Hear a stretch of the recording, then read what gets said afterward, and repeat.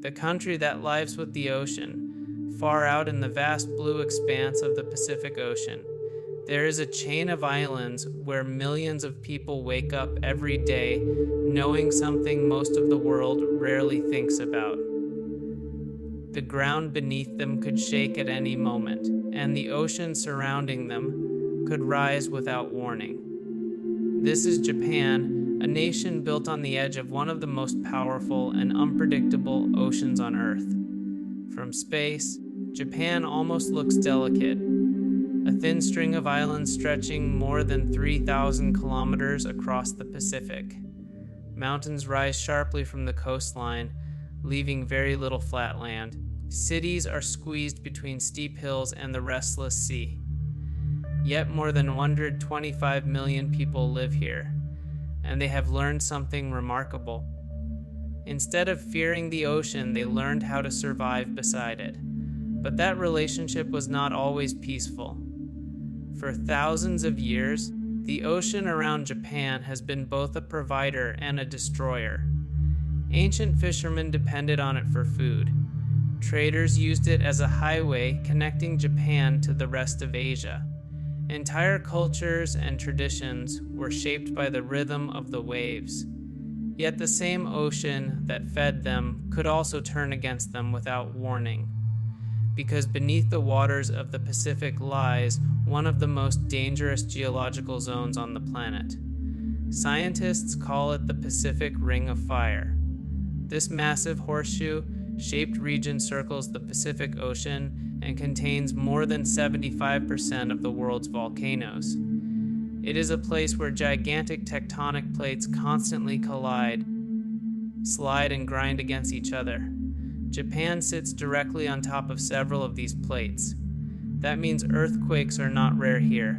They are a part of everyday life. Every year, Japan experiences thousands of earthquakes.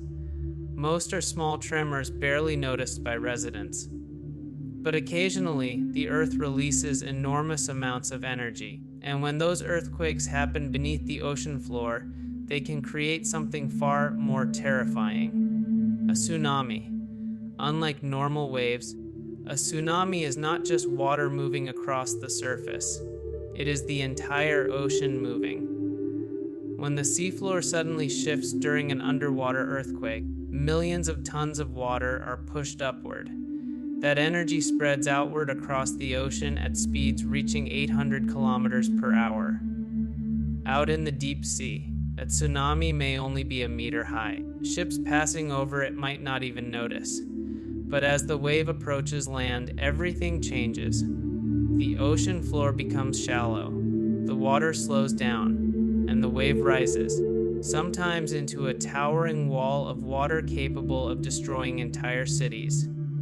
Japan has faced these monsters many times throughout history. One of the earliest recorded disasters happened in the year 869, when a massive tsunami struck the northeastern coast of Japan. Historical documents describe giant waves flooding villages and farmland miles inland.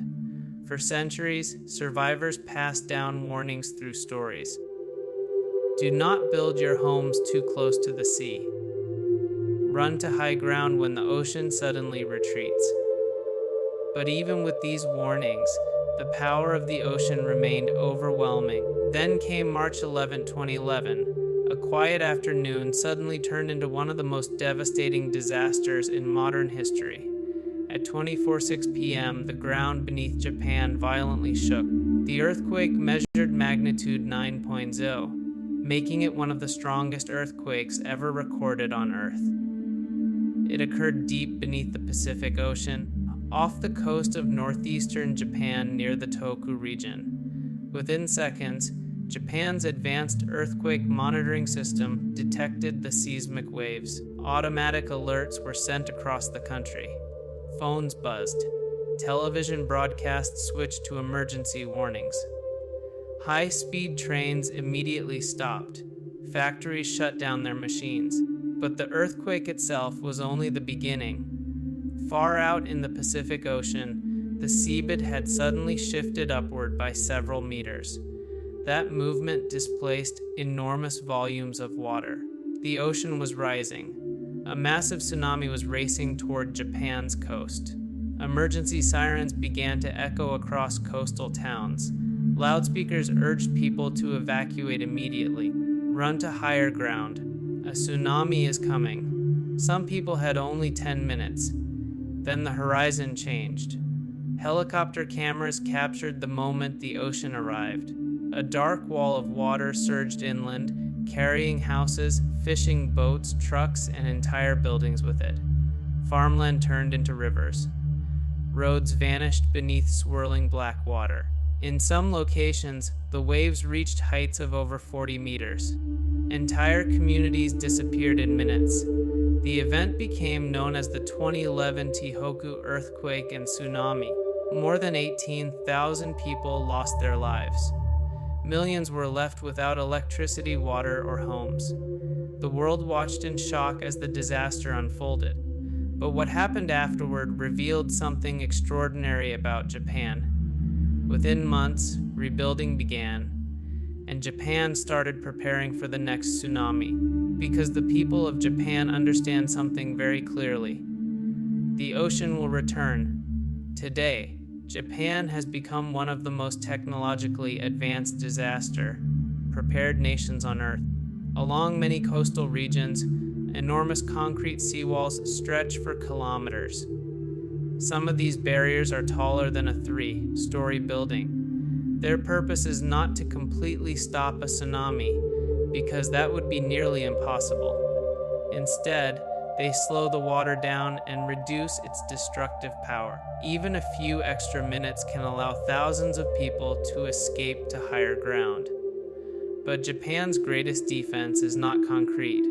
It is information. Thousands of sensors are buried deep underground across the country. These sensors detect the smallest movements in the Earth's crust. When an earthquake begins, computers instantly analyze the data and determine its location and strength. Within seconds, warnings are broadcast across the nation. Schools, offices, factories, and homes all receive the alert at the same time. Children in Japanese schools even practice earthquake drills regularly. The moment an alarm sounds, they know exactly what to do. Duck under desks, protect their heads, stay calm. For many people in Japan, disaster preparedness is simply a part of daily life. But Japan's relationship with the ocean is not only about danger, it is also about culture. The sea has shaped Japanese traditions for thousands of years. Fishing communities have existed here for centuries, harvesting tuna, sardines, squid, and countless other species from the surrounding waters. One powerful ocean current, the Kuroshio Current, flows northward along Japan's coast. This warm current carries nutrients that support rich marine ecosystems. Because of these waters, Japan became one of the world's most important fishing nations. Many of Japan's most famous foods, like sushi and sashimi, come directly from the ocean. In Japanese art and folklore, the sea often appears as both beautiful and terrifying. Ancient stories speak of sea spirits, dragon kings, and mysterious underwater palaces. These legends reveal a deep cultural respect for the ocean's power. Even today, shrines and temples overlook the coastline, as if silently watching the horizon. But scientists warn that the greatest test for Japan may still lie in the future.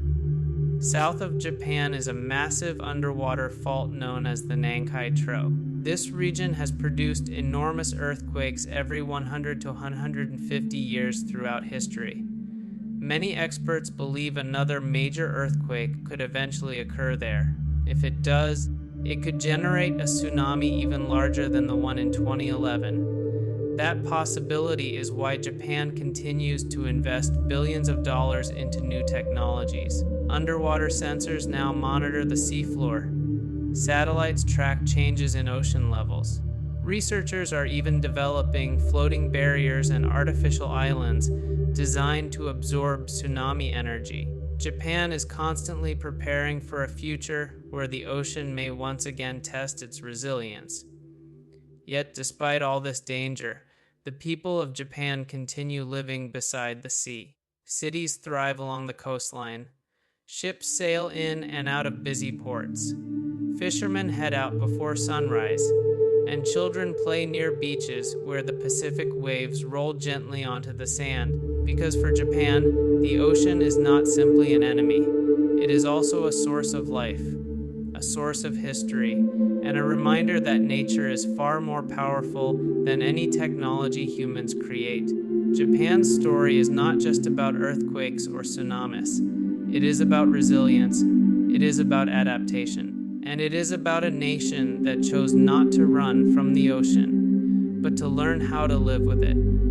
Always watching the horizon, always listening to the sea, because here, on these islands in the vast Pacific, survival has become a way of life.